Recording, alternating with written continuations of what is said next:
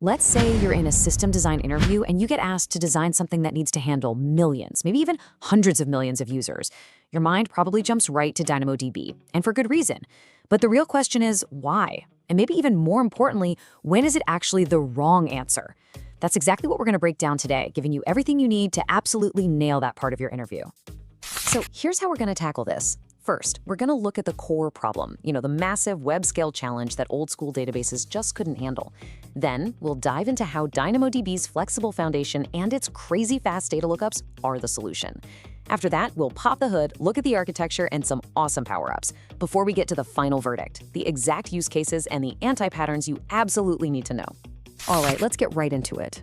Section 1, the web-scale data problem. This is all about why modern apps, with their unpredictable traffic and constant evolution, created a challenge that traditional databases were just, they weren't built for it. I mean, this is the million-dollar question, right? Modern applications, think social media, e-commerce, gaming, they have these insane traffic spikes. They generate just mountains of data, and developers need to be able to change things on the fly. So how do you build a database that can handle all of that without just falling over? This is the exact problem that sparked the whole NoSQL revolution and led to databases like DynamoDB. This really shows the huge shift in thinking. On one side, you've got your traditional SQL databases with their super rigid schemas. Think of them as the strict librarians of the data world. You have to define every single column up front, and the database makes sure all the data fits perfectly. But on the other side, you have the NoSQL approach. It's all about flexible schemas. This means different records, or items, in the same table can have totally different fields. Now, this moves the job of handling missing data from the database to your application code. It's a huge trade-off, and getting your head around it is absolutely key. So, how does DynamoDB actually pull off this flexibility? That brings us right to Section 2, where we're going to unpack its core data model. You can think of this as the foundation that everything else is built on. Okay, so at the very top, you have tables. It's pretty straightforward, just like in the SQL world. A table is just a container for a bunch of related data, like a users table or a products table. And inside that table, you have items. An item is basically the same thing as a row in a SQL database. It's one single record, representing one user or one order. And finally, each item is made up of attributes. These are just the individual pieces of data, the key value pairs like name Stefan or age 30. They're a lot like columns in SQL. Now let's see how these simple pieces create so much flexibility. And here is where the magic really happens. Look at this example users table. Every single item has a user ID, a name, and an age. But check out the employer attribute. Only Sarah and Jimmy have it. Stefan and Evan? They just don't. Now, in a SQL database, this would create these awkward, empty, null values just sitting there. But in DynamoDB, if the attribute isn't there, it simply doesn't exist for that item. It's completely fine. So, like everything in system design, this is all about trade-offs. The huge win here is speed and flexibility. If you want to add a new field to your data, you just start writing it. No more painful late-night database migrations. Plus, you only pay for the storage you actually use. But what's the catch? Well, the responsibility for data consistency now falls on you, the developer. Your code has to be smart enough to deal with cases where an attribute might just be missing. And trying to run complex analysis across your whole dataset can get a little tricky when not every item has the same shape. It's a classic trade-off you'll want to be able to talk through. Okay, so we've got this super flexible way to store data. Awesome, but how in the world do you find one tiny piece of data in a sea of billions or even trillions of items and do it in milliseconds? That brings us to Section 3, finding data instantly. And this is all about keys and indexes. The absolute secret sauce to DynamoDB's speed and scale is the partition key. It's so much more than just an ID. You can think of it as the data's physical address. DynamoDB takes the value of that key, runs it through a hash function, and that determines exactly which physical server or node your data is going to live on. This right here is the core of how it scales out horizontally. So how does this actually work? Well, it uses this really clever algorithm called consistent hashing. Just imagine a giant circle like a clock face with every possible hash value on it. Your physical servers are also placed at different points on this ring. So when you want to store a new item, DynamoDB hashes its partition key, finds that exact spot on the ring, and then just walks clockwise until it hits the first server. Boom, that's its new home. The real genius here is that if you add or remove a server, it only affects its direct neighbors. This minimizes the data reshuffling and is absolutely critical for keeping things fast as you scale up or down. Now, what if you need more than just a single key? Sometimes you have a bunch of items that all share the same partition key, and you want to keep them in a specific order. That is exactly what the optional sort key is for. It lets you sort all the items within a single partition. This is incredibly powerful for doing range queries. Things like get all messages for this chat room that were sent in the last hour, or find all products in this category that cost between $50 and $100. Let's make this real with a few examples. For a chat app, Chat ID is the perfect partition key. It keeps all the messages from a single chat together on one server, which is super efficient. For the sort key, you might think, why not just use a timestamp? Well, what happens if two messages land at the exact same millisecond? You'd have a duplicate primary key, and that's a big no-no. That's why you use a message ID, that is monotonically increasing, which is just a fancy way of saying it's a number that always goes up. This guarantees every message is unique while still keeping them in chronological order. You see the exact same pattern for a user ID and order ID in e-commerce, or a user ID and post ID in social media.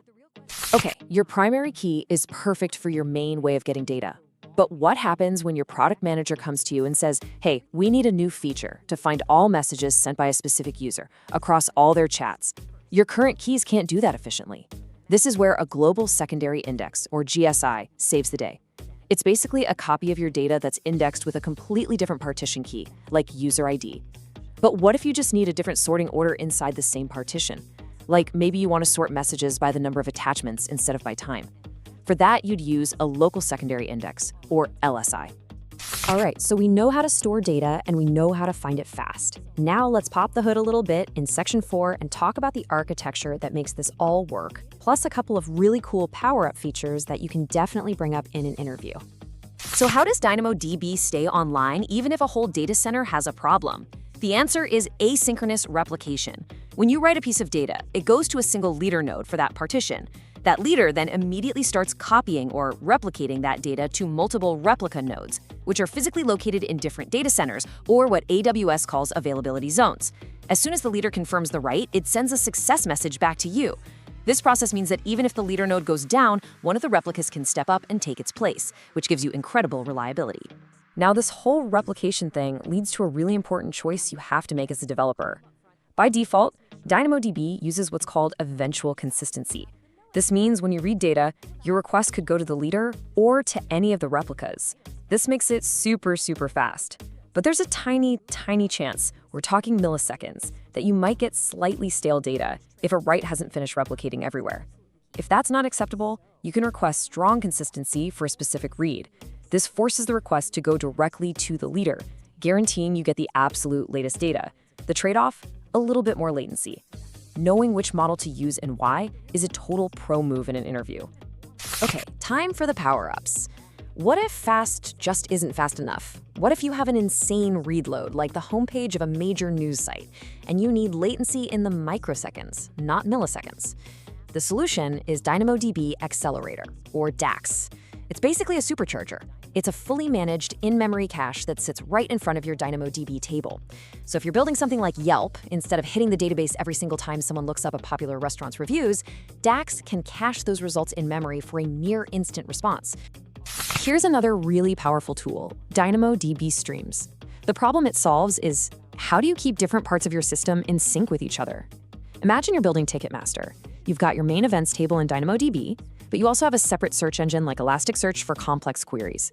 How do you make sure that when a new concert is added to DynamoDB, it immediately shows up in search results? DynamoDB Streams is the answer. It's a change data capture feature. You can turn it on, and then any change to your table, an insert, an update, a delete, creates an event. You can then use that event to trigger other processes, like a function that automatically updates your search index. It is a super clean way to build event-driven systems. We have covered a ton of ground. And that brings us to the final, and maybe the most important section, the verdict. When should you actually suggest using DynamoDB in a system design interview? And, just as critically, when should you absolutely avoid it? Let's be honest, for a lot of system design interview questions, DynamoDB is a fantastic choice. But knowing its limits is what really separates a good answer from a great one. So when should you pump the brakes?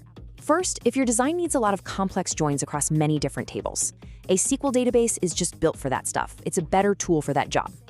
Second, if you need large, complex transactions, DynamoDB does support transactions, but they have limits. If your design needs to update hundreds of items across several tables all in one atomic operation, you're probably better off with SQL. And finally, if your data model is getting way too complex, if you find yourself needing like a dozen GSIs and LSIs just to make your queries work, that's a huge red flag. It probably means you're trying to force a relational model onto a NoSQL database, and it's time to take a step back. So what's the big takeaway here? DynamoDB isn't just a database. It's a specialized tool for a very specific job, handling massive, web-scale workloads with predictable, low latency. Really understanding its strengths, like flexibility, and its trade-offs, like consistency, is what's going to set you apart. As we look forward, the lines between SQL and NoSQL are definitely starting to blur. But the core principles we've talked about today, they're the foundation. Keep them in mind, and you'll be more than ready for your next design challenge. ご覧いただきありがとうございます。